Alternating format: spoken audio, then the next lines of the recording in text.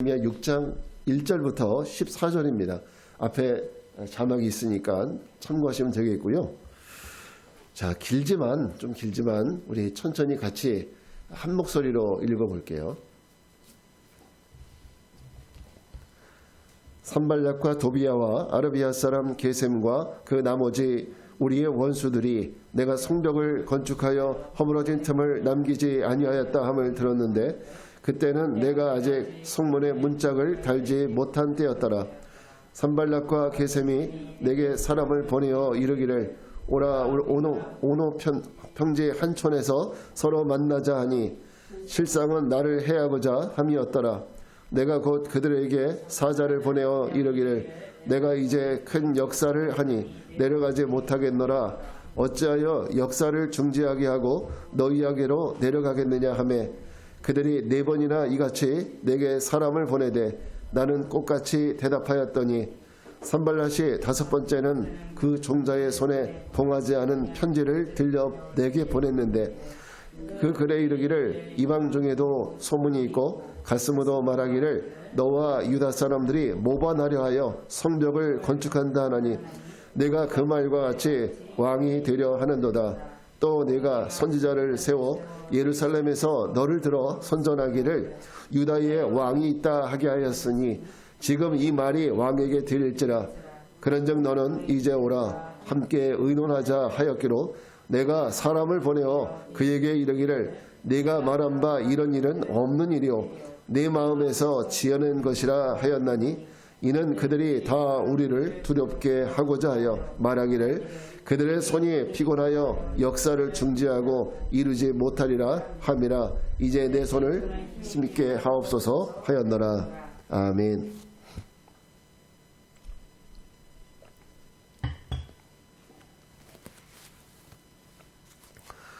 자, 오늘은 느헤미야 6장 1절부터 14절 말씀을 통해서 끝날 때까지 끝난 게 아니다, 이런 제목으로 말씀을 전합니다. 제가 고등학교 3학년 때의 일입니다. 시골 고등학교를 다녔는데 저와 친구들은 고3이니까 대학 입시라는 그 입시에 무척이나 그 스트레스를 받고 있었어요. 아침에 학교 교실에 들어서자마자 제일 먼저 반겨주는 문구가 바로 이런 거였습니다. 고지가 저기다. 조금만 더 참자. 뭐 이런 문구가 항상 교실 앞에 붙어 있었습니다. 근데 저에게 그 한 해가 마치 10년처럼 길게 느껴졌습니다. 아무리 공부해도 성적은 안 오르고 정말 미칠 지경이었죠.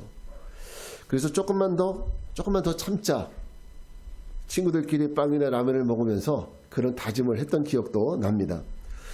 그런데 여름이 지나서 9월이 되었는데 그때 저에게 고비가 찾아왔습니다. 시험 성적이 잘 오르지 않으니까 제2 외국어 선생님이, 제가 그때 독일어를 제2 외국어로 배웠는데 제2 외국어 선생님이 저에게 그렇게 얘기하는 거예요. 야, 너 점수가 잘 안 나오니까 시험 과목을 다른 선택 과목으로 바꿔라, 이런 얘기를 하는 거예요. 근데 그 말이 굉장히 충격이 됐어요.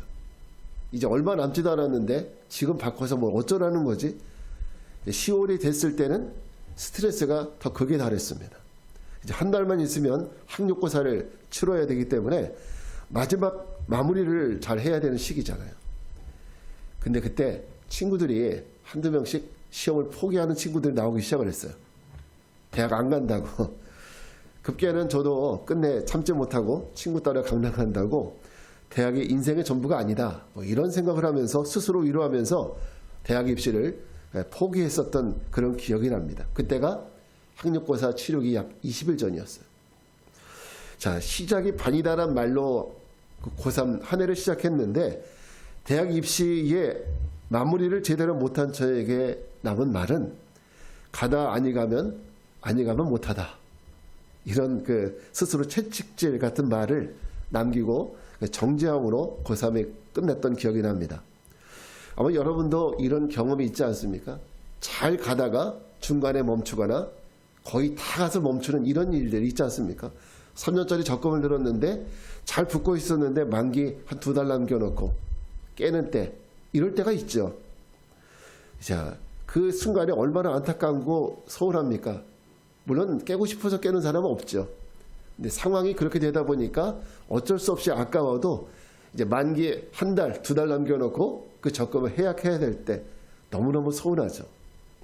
자, 우리가 신앙생활을 가만히 묵상해 보면 우리 신앙생활이라는 이 신앙생활의 긴 여정을 한번 생각을 해보면 많은 목사님들이 신앙생활을 장거리 마라톤에 비유하는 이야기들을 많이 들으시죠. 왜냐하면 우리 신앙생활은 사실은 언제 끝난다라고 하는 기약이 없어요. 만약에 몇 년, 몇 월, 며칠 날 끝난다 하면은 우린 그때만 바라보면 되니까. 근데 사실은 우리 신앙생활은 언제 끝날지 알 수 없고 열심히 그 목적지를 향해서 우리는 그냥 달려가야 되는 이런 모든 과정이기 때문에 신앙생활은 사실은 우리가 마라톤 과정에 비유하기도 합니다. 그런데 신앙생활이 더 힘들게 느껴지는 이유가 뭐냐면 우리 신앙생활의 최종 목적지가요, 이 세상이 아니라는 거예요. 우리 신앙생활의 최종 목적지가 이 세상이 아니라 어디입니까? 눈에 보이지 아니하는, 눈에 보이지 않는 하나님 나라가 우리 신앙생활의 최종 목적지입니다. 그 나라에 들어가기까지 우리가 그 안에서 하나님 품에 안기기까지 우리 신앙생활은 계속 나가야 합니다. 자, 오늘 우리가 읽은 본문에서요, 느헤미야와 유대인들의 위기가 닥쳤어요. 그 시기가 언제냐면 우리가 지난주까지 봤었던 느헤미야 5장은요, 사실은 이 성경 편집상 성벽 건축 이후에 있었던 일을 5장에 다루었는데 6장은 반대로 성벽 재건을 끝내기 바로 이전 상황입니다. 거의 한 90%, 95% 여기 말씀을 보게 되면 1절 말씀 한번 볼까요? 1절 말씀 같이 읽습니다. 시작. 산발락과 도비아와 아라비아 사람 게셈과 그 나머지 우리의 원수들이 내가 성벽을 건축하여 허물어진 틈을 남기지 아니하였다함을 들었는데 그때는 내가 아직 성문에 문짝을 달지 못한 때였더라. 앞에서 말씀드렸듯이 이때는 언제냐? 성벽 재건 완성 한 90%? 95%? 그 정도 시기라는 거죠. 그 시점이라는 거예요. 자, 우리 신앙생활이라는 것은 90%가 목표가 아니에요. 우리는 90%만 하면 만족한다? 그런 게 아니에요. 저는 예전에 공부를 잘 못했기 때문에 사실 시험 점수 70점만 나와도 좋다고 생각을 했어요. 80점, 90점만 나와도 그건 뭐 땡큐죠, 정말. 그러나 우리 신앙생활은요, 어디가 목표예요? 100% 하나님 나라에까지 들어가는 것이 목표예요. 우리는 문 앞에까지 가는 게 목표가 아니라고요. 우리는 그 동구밭까지 가는 것이 목표가 아니라 하나님 나라에 들어가는 것이 목표예요. 그러니까 우리 목표는 100% 하나님 나라까지 완주하는 것을 목표로 해야 돼요. 그런데 오늘 성벽 재건 공정률이 약 90에서 95% 상황, 이 정도면 우리 어떻게 생각합니까? 다 끝났네, 이제. 금방 끝나겠구나. 다 됐구나. 우리 이런 생각 할 수 있죠. 그런데 이런 상황에서 우리는 이제 다 끝났다, 마음을 놓을 수 있는 이런 상황에서 느헤미야와 유대인들에게 그들에게 위기가 닥쳤다는 거예요. 우리가 이것을 심각하게 느껴져야 돼요. 그 시기가 언제냐? 우리가 다 끝났다고 여겨질 때, 이제는 안심하려고 할 때, 그때에 그들에게 위기가 닥쳤다는 거예요. 앞에서 제가 대학 입시 20일 전에 포기했던 말씀 드렸죠.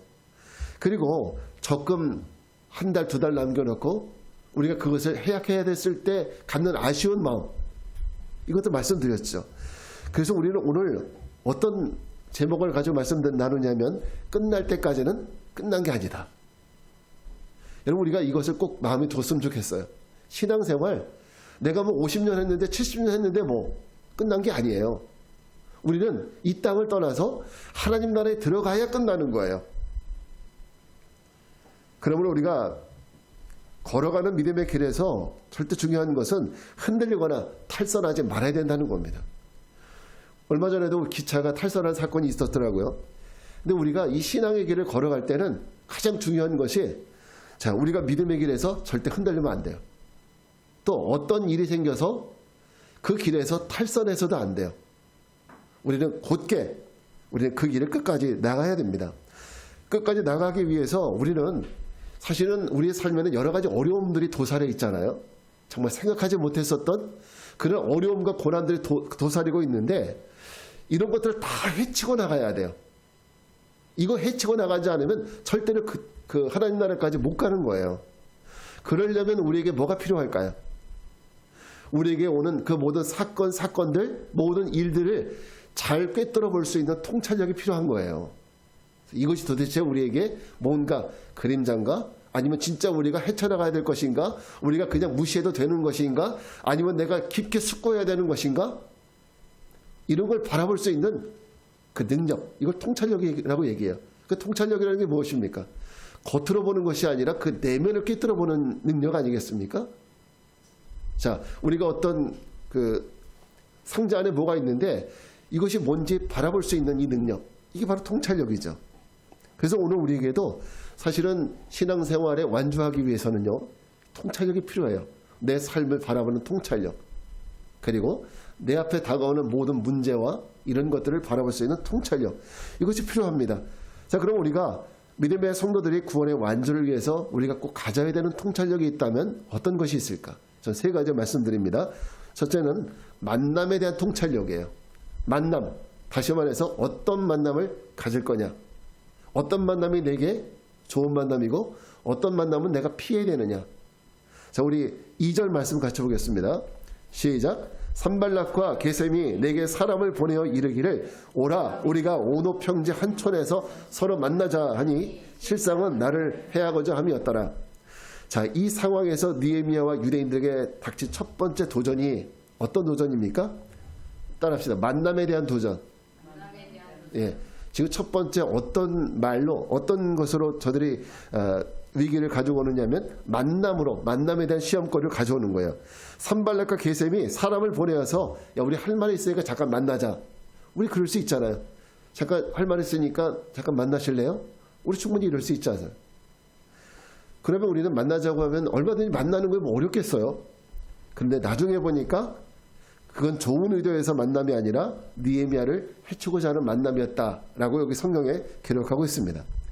만약 느헤미야가 이 만남의 제안에 대해서 통찰력이 없었다면, 이 만남이 내가 만나야 될 만남인지 아니면 거절해야 될 만남인지 여기에 통찰력이 없었다면 어떻게 되었을까? 한번 생각을 해보세요.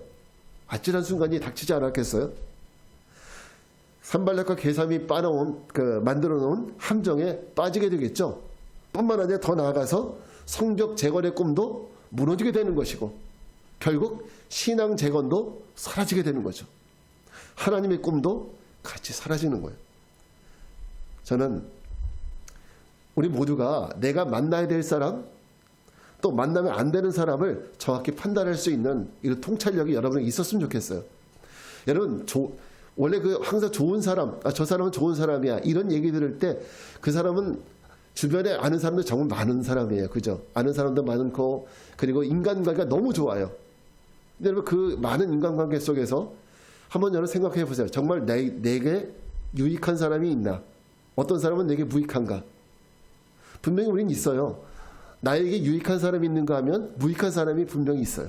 근데 그런 걸 우리가 얼마나 분별하면서 사람을 만나고 있는지 한번 생각을 해봐야 됩니다. 자, 이것이 우리에게 필요한 이유는, 우리에게 만남에 대한 통찰력이 필요한 이유는요, 내가 누구를 만나느냐에 따라서 나의 신앙생활이 급격히 좋아지기도 하고 또 심각한 위기를 맞이할 수도 있기 때문입니다.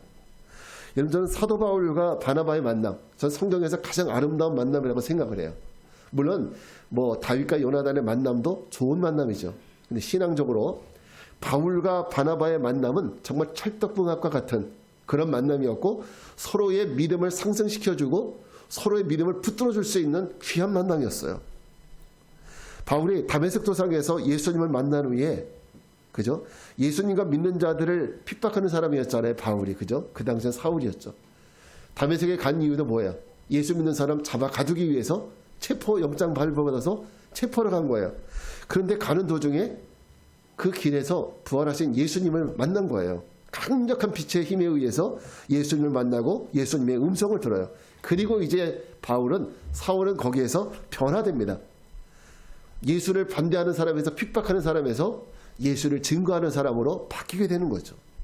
그런데 문제는 바울의 말을 믿어주는 사람이 아무도 없어요. 저놈은 믿는 사람 잡아가두는 놈 아니야? 마치 우리 일제시대의 그 순사처럼. 저 사람은 예수 믿는 사람, 가두는 사람 아니야? 이렇다 보니까 심각한 위협을 받게 되는 거죠. 심지어는 예루살렘에 있었던 예수님의 제자들도 바울을 안 만나려고 해요. 근데 누가 중간에 있어 도와줘요? 이것을? 도와준 사람이 있죠. 누굽니까? 바나바예요. 바나바가 바울과 예수님의 제자들 사이에서 다리 역할을 해요. 브릿지 역할을 하죠. 그러면서 바울에 대한 얘기를 제자들에게 알려주고 또 제자들에게 바울에게 또 제자들에게 얘기를 알려주고 그러면서 중요한 다리 역할을 함으로 예수님과 바울이 서로 교제할 수 있는 이런 역할을 해주었죠. 이것이 우리에게 필요한 유익한 만남입니다. 그러나 그렇지 않은 만남도 있어요. 여러분의 신앙생활에 심각한 위협을 줄 수 있는 이런 나쁜 만남도 있습니다. 믿지 않는 사람들 만나지 말라는 거 아니에요. 우리는 목사님이 이런 얘기하면 그럼 목사님 믿지 않는 사람들은 만나지 말라는 거구나. 절에 다니시는 분들은 만나지 말라고 하는 거구나. 그런 얘기가 아니라 내 신앙에 유익을 주는 사람과의 만남을 많이 가지라는 얘기예요. 내 신앙에 유익이 없는 사람들은 안 만날 수는 없죠. 그러나 적게 만나라는 거예요. 가능하면 그런 사람들의 만남을 최소한으로 줄이라는 얘기입니다. 여러분 우리 주변에 산발렛과 게셈과처럼 여러분의 믿음을 해치는 나쁜 영향력을 끼치는 사람들이 너무 많습니다. 예를 들어 다른 종교를 여러분에게 강요하는 사람들이 항상 있죠. 저는 전도할 때도 어떤 분이 와가지고 자기네 종교 믿으라고 이런 분들도 있는데요. 또 교회에 대해서 같은 교인인데 이 사람은 교회 다니는 걸 아는데 항상 말하는 걸 보면 교회에 대한 불평과 불만이 많아요. 목사님에 대한 불평이 많아요. 이런 사람들 만나면 안 돼요. 이런 사람들 조심해야 합니다. 여러분 이슬비 맞아 사람 죽어요, 안 죽어요? 이슬비 맞아서 죽는 사람 봤습니까? 안 죽어요. 근데 이슬비 오래 맞으면 어떻게 됩니까? 옷이 젖게 돼 있어요. 그죠? 마찬가지입니다. 우리가 한 번 만나고 두 번 만나고 또 한 번 듣고 자꾸 듣다 보면 우리 마음이 그 사람들 마음과 똑같아지는 거예요. 그 말이 내 생각을 움직이고 결국은 내 믿음을 송두리째 흔들어 놓는 거예요. 그래서 이런 사람들과 대화 많이 하지 말라는 거예요. 만남을 최소한으로 줄이라는 겁니다. 얼굴 보고 인사 정도 하고 네 안녕하세요. 그리고 인사 정도 끝내라는 겁니다. 저는 제일 안타까운 것이 우리 윤진섭 집사님 생각을 하면 참 안타까워요. 근데 그 집사님 생각을 가만히 해보면 왜 그렇게 되셨을까? 혼자서 생각을 해봅니다. 근데 그분이 사실은 이 노아에 와서 항상 앉아 있으시잖아요. 근데 만나는 사람들이 누굽니까? 참 그런 분들이 있죠. 그리고 그런 분들과 잠깐 앉아 있는 것이 아니라 1시간, 2시간 하루 종일 앉아 있을 때도 있죠. 이런 걸 생각해 보면 우리가 누구와 만나고 누구와 대화하는 것이 굉장히 중요합니다. 여러분에게 요청하는 것은 윤진수 집사님 위해서 기도 좀 해주셔야 돼요. 기도하셔야 됩니다. 하나님이 사랑하시는 분 분명히 돌아오셔요. 그러니까 우리가 지금은 해야 될 것은 안타까운 마음을 가지고 중보하며 기도하는 겁니다. 하나님 만져달라고 기도해 주셔야 됩니다. 자, 예수님은 이런 사람들에 대해서 이렇게 말씀하십니다. 그러니까 이렇게 나쁜 만남을 갖게 하는 이런 사람들에 대해서 마태복음 16장 6절입니다. 같이 한번 읽을게요. 시작. 예수께서 이르시되 삼가 바리새인과 사두개인들의 누룩을 주의하라 하시니. 자, 예수님은 이런 사람들을 뭐라고 얘기하냐? 누룩 같은 사람이래요. 누룩 같은 사람이래요. 여러분 누룩 어디에 씁니까? 이거 보통 우리가 잘 알고 있는 것은 술 담글 때 쓰잖아요. 자, 다시 말해서 맛을 변질시키는 거예요. 술은 쉽게 말하면 음식이 상한 거잖아요. 누룩을 넣어 상한 거예요. 그 음식을 변질시키는 거예요. 근데 예수님은 바리새인들과 사두개인들을 누룩이라고 말씀하십니다. 그런 사람들이 충분히 여러분의 신앙을 변질시킬 수 있기 때문입니다. 나의 건강한 신앙을 변질시킬 수 있기 때문에 바리새인들과 사두개인들의 누룩을 주의하라고 하는 거예요. 바울은 이런 사람들에 대해서요, 믿음의 성도들에게 이런 권면을 또 해요.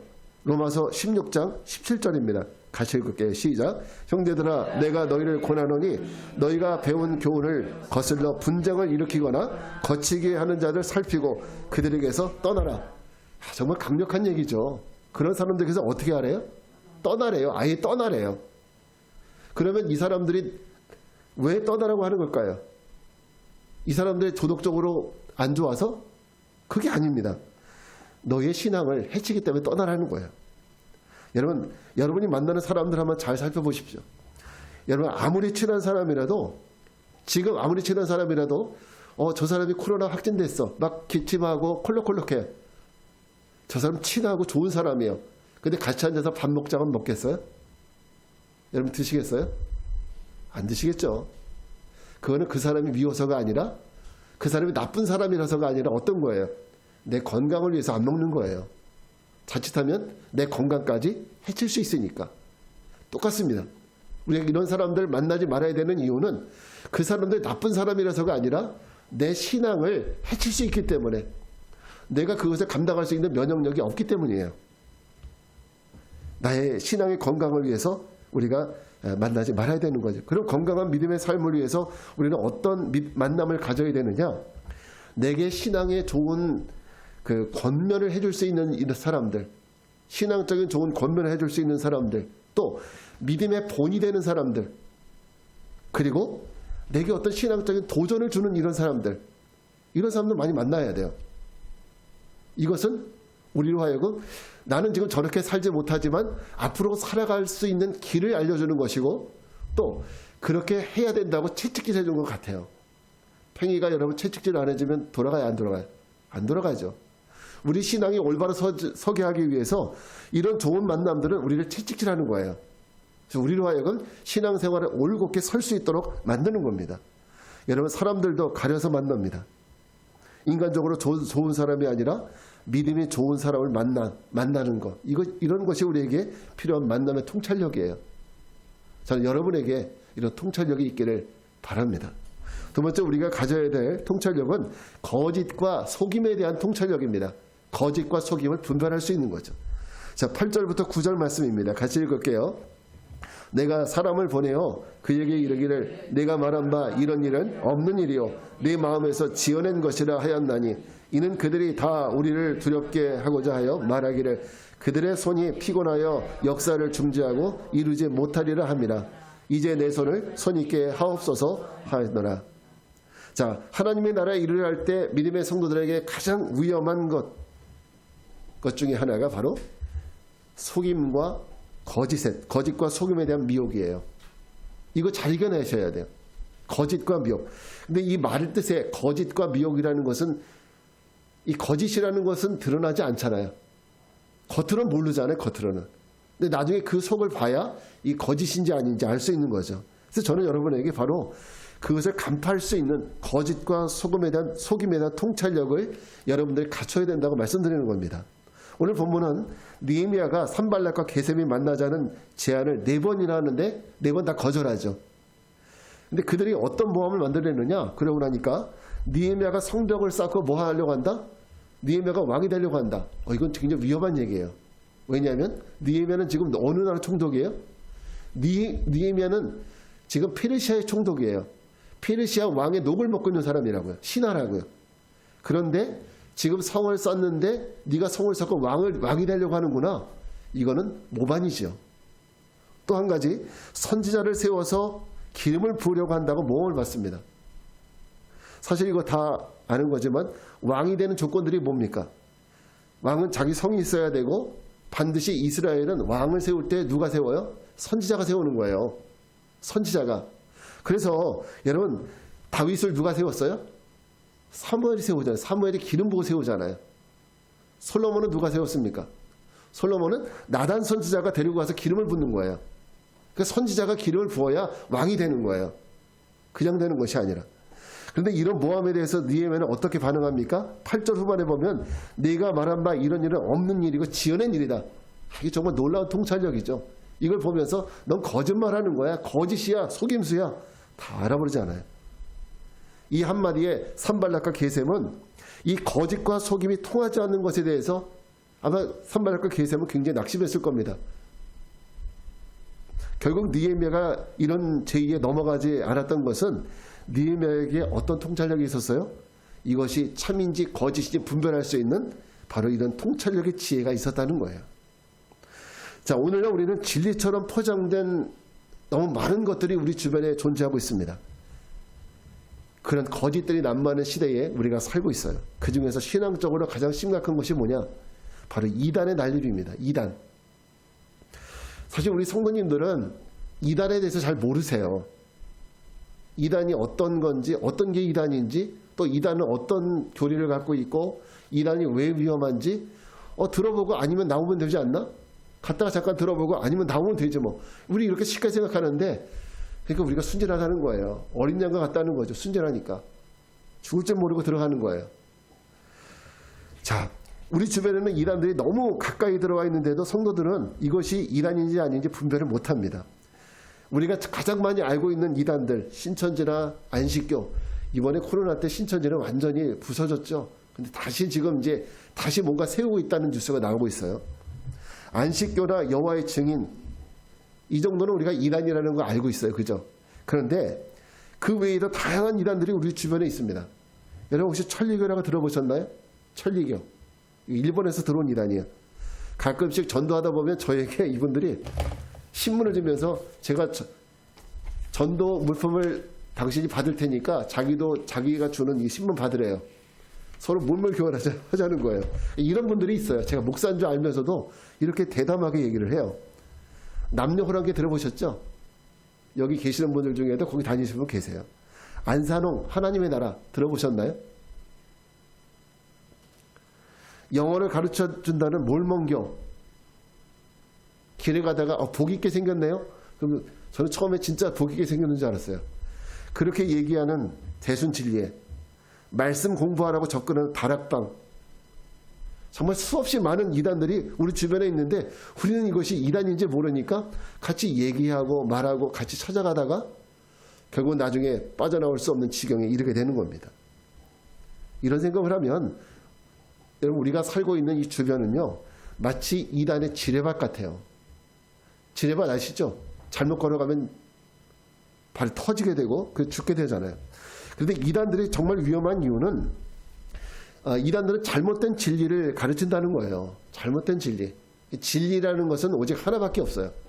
근데 그들은 진리를 가르치는데 그 진리가 잘못된 진리예요.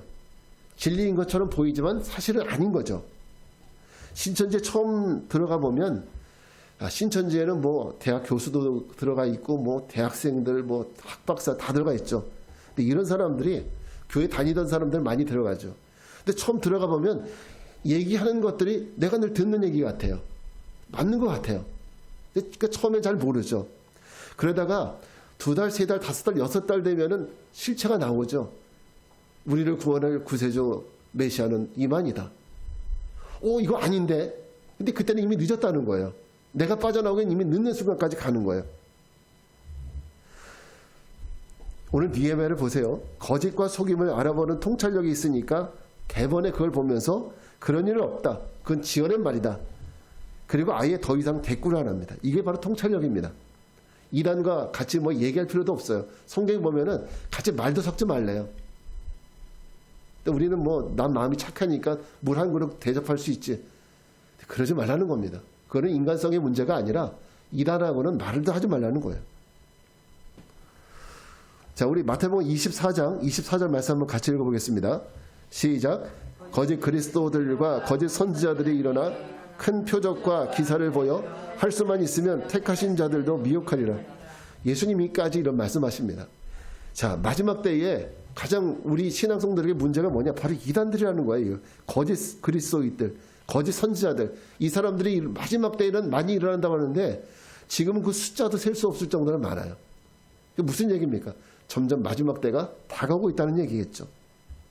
그래서 예수님은 우리에게 뭔가를 자꾸 보여주면서 뭔가 자꾸 주면서 자꾸 들어오고 하라고 일하는 이런 이단들을 조심하라는 거예요.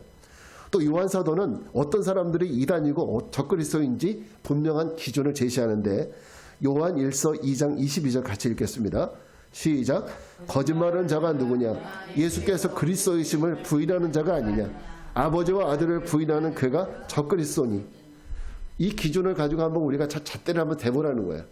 이 사람이 과연 예수님이 그리스도라는 걸 인정하는지 얘기하다가 정 모르겠으면 그러세요. 혹시 예수님이 그리스도인 거 인정하세요? 물어보세요. 그리고 예수님이 하나님의 아들인 거 인정하세요? 물어보세요. 예수님은 우리 구세주 되시는 거 인정하시냐고. 그래서 우리 말씀의 숲 교회 아시죠? 제가 친구 목사님 거기에는 아예 처음에 교회 오실 때 등록 카드에 맨 밑에 뭐가 있는 사인하는 란이 있는데 나는 이만희를 배격한다. 이 문구를 넣고 거기다 사인하는 사람만 교회 등록을 시킨다는 거예요. 금방 나타나거든요. 그러니까 성도들이 이단에 잘 대처하고 거짓에 속지 않으려면 영적 투시경을 써야 됩니다. 그 영적 투시경이 뭐냐? 성경, 진리의 말씀입니다. 진리의 말씀을 알면 이단도 어쩔 수가 없는 거예요. 근데 문제는 왜 대학 교수들도 그렇게 이단에 빠지느냐? 진리를 알되 제대로 모르는 거예요. 진리를 알되 지식적으로만 알고 믿음이 없는 거죠. 진리라는 것은요, 그냥 아는 것에만 그치면 안 돼요. 그 내가 아는 진리를 믿어야 돼요.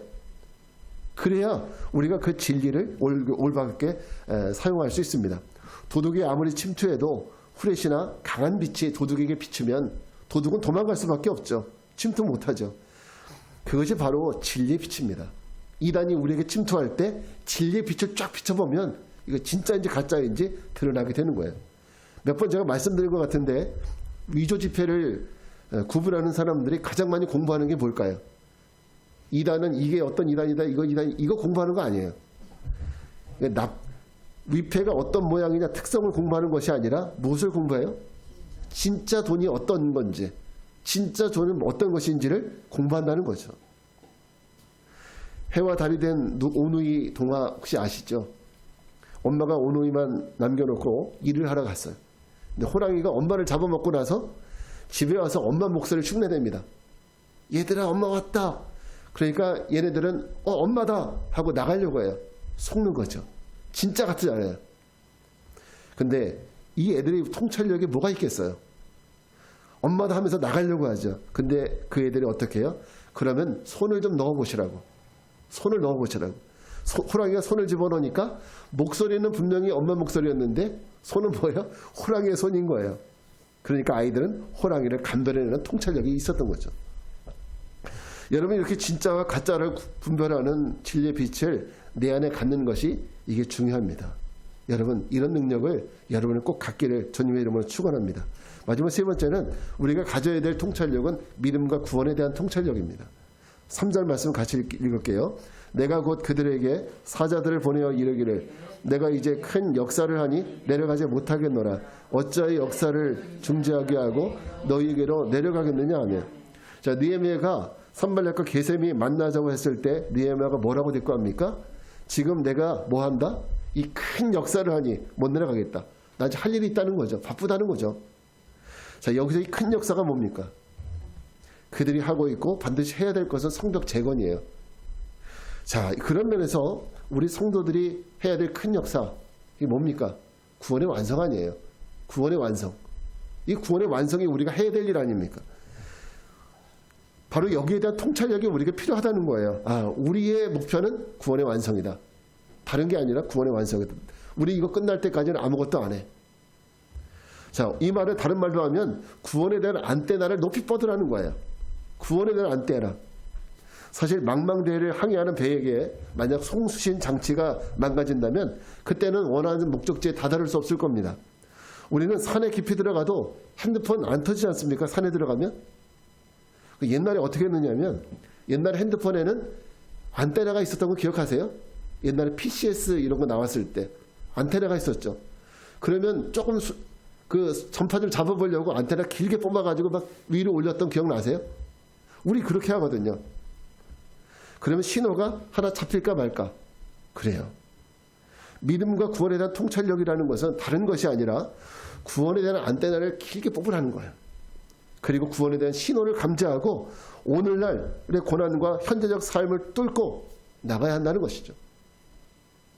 이 세상에서 길을 잃고 방황하는 것은 결국 이 안테나가 망가져서 제 기능을 하지 못하기 때문입니다. 그러려면 결국 주파수를 정확히 알아야 합니다. 우리가 이 신호를 감지할 수 있듯이 우리 주변에 우리 삶의 우리 인생의 목적, 바로 내 인생의 목적이 구원이다 라고 하는 이 구원이라는 신앙적 목표에 대한 주파수, 이게 분명해야 우리가 어떤 일을 만나든지 간에 이게 구원과 어떤 관계가 있는지 이걸 맞춰보는 거죠. 우리 신앙생활에서 가장 위험한 것은 뭐냐? 내가 신앙생활을 왜 하는지, 구원이 무엇인지 이것도 모르고 아무런 관심도 없고 습관적으로 교회 나가고 습관적으로 예배 드리는 거, 이게 가장 위험한 거예요, 사실은. 이런 분들이 많이 계시는데 이런 분들은 신앙생활에 대한 통찰력이 없는 분들이죠. 구원의 안테나가 전혀 작동하지 않는 이런 분들입니다. 이런 분들은 신앙생활을 하다가 낙심하거나 길을 잃을 가능성이 많아요. 내가 왜 신앙생활을 해야 되는지 사실 우리는 바쁘게 살다 보면 쉽게 잊어버리거든요. 내가 세상에서 잘 살기 위해서 신앙생활을 하는 건지, 세상적인 복을 받기 위해서 하는 건지, 성공을 위해서 하는 건지, 구원을 위해서 하는 건지 우리가 여기에 대한 개념이 분명하지 않을 때가 많습니다. 여러분, 통찰력이 없으면 목적을 잃어버려요. 구원에 대한 통찰력을 가져야 돼요. 내가 살아가는 것은 왜 살아가지? 내 인생의 목적이 뭐지? 구원이구나. 근데 구원에 대한 통찰력이 분명한 사람들은 어떤 일이 있어도 길을 잃어버리지 않습니다. 마치 폭풍우 가운데 나침반 같아서 길을 잃지 않게 만들죠. 오늘 다시 한번 우리가 확실히 해둬야 할 일이 있습니다. 우리 신앙생활의 종착역은 절대 이 세상이 끝이 아니다. 하나님 나라에 가기까지는 우리 신앙생활은 계속된다는 거. 그 목적지에 도착하기 위해서 우리가 가져야 될 통찰력이 있다. 세 가지. 첫째는 뭐예요? 만남에 대한 통찰력. 두 번째는 거짓과 속임을 꿰뚫어 볼 수 있는 통찰력. 세 번째는 믿음과 구원에 대한 통찰력. 이 세 가지가 우리 안에 있어서 우리 모두가 소원하는 구원의 항구에 다 도착하는 이런 믿음의 성도들 되기를 주님의 이름으로 축원합니다. 자, 이제 우리 같이 자리에서 일어나셔서 찬양하겠습니다. 찬양하고 기도할게요.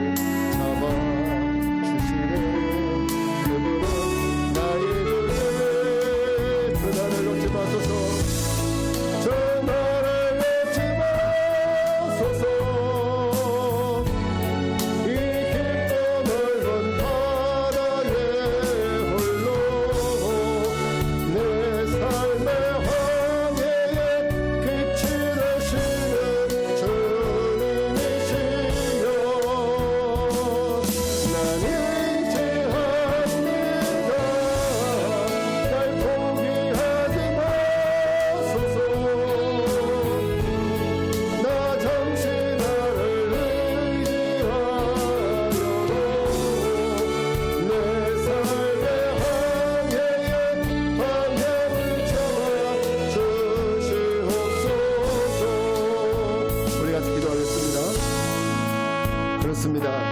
우리 신앙생활은 이 세상의 종착역이 아니고 보이지 않는 저 하나님의 나라가 종착역입니다. 그러므로 이 세상에서 잘 살아야 하는데 우리 신앙을 위협하는 요소들이 너무나 많습니다. 그런 것들을 이기고 나가려면 통찰력이 필요한데 만남의 통찰력, 거짓과 속임의 통찰력, 믿음과 구원의 통찰력이라는 무기를 가지고 살아갈 때 우리는 세상을 이기고 승리할 수 있습니다. 우리 이 시간 같이 기도합시다. 주님, 우리에게 통찰력의 은혜를 주셔서 믿음의 좋은 사람들을 만나게 하시고 거짓과 속임을 진리를 통해 분별할 수 있게 하시고 구원과 믿음의 안테나를 펴서 저 구원의 한계에 다 도착하는 믿음의 성도를 되게 해달라고 주님을 한번 부르고 기도하겠습니다.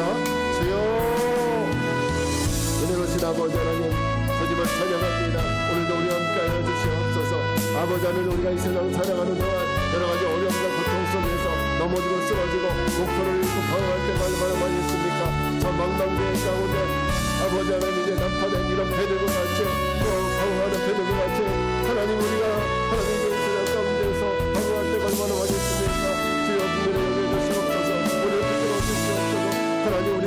넘어지지 않게 도와주시옵시고 기도 잃지 않게 도와주시고 아버지께서 구원의 항구를 향하여서 오늘 아버지 믿음으로 달려나갈 수 있는 저희를 인도하여 주시옵소서. 우리 안에 하나님께서 참으로 복된 놀라운 역사가 있는 여러분들 하여 주시기 원합니다.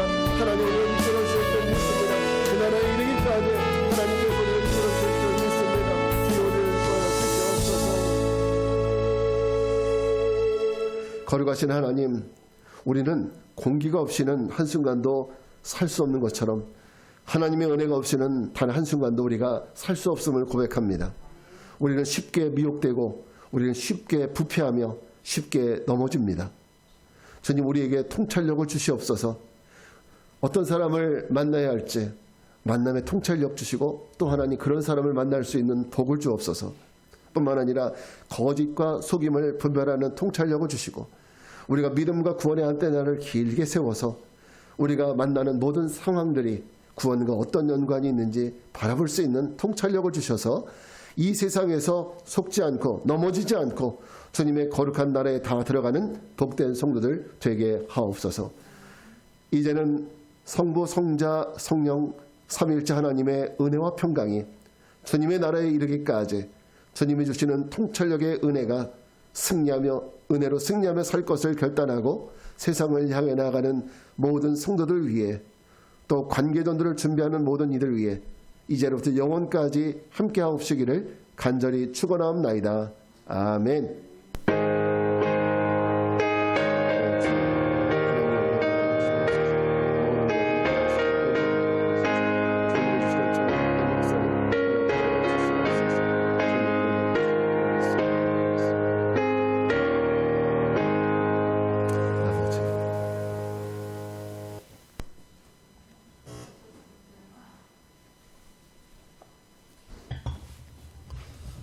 네, 잠깐 여기서 회의 잠깐 해요.